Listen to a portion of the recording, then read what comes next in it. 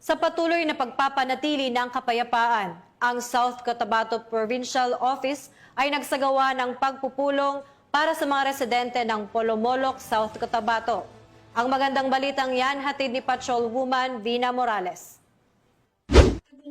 Sinagawang Grand Pulong-Pulong sa ilalim ng Enhanced Comprehensive Local Integration Program o ECLIP ng South Cotabato Police Provincial Office sa pamumuno ni Police Colonel Samuel T. Kadungon, Provincial Director, katuwang ang Provincial Social Welfare and Development Office sa Barangay Magsaysay, Polomolok, South Cotabato, nito lamang ika-24 ng Setyembre taong kasalukuyan.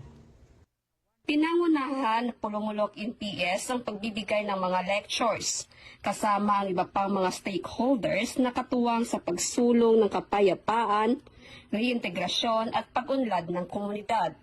Tinalakay sa naturang pulong-pulong ang mga benepisyo ng ECLIP, mga serbisyong panlipunan, kapayapaan at seguridad, at ang malalim na ugnayan ng gobyerno at komunidad.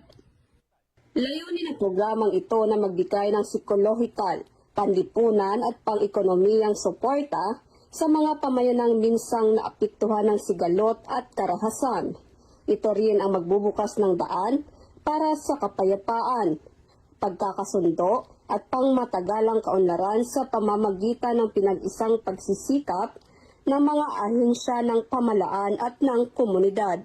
Mula dito sa General Santos City, ako ang inyong PNN correspondent, Patrolwoman Vina Morales, alagad ng batas, tagataguyod ng Balitang Pulis.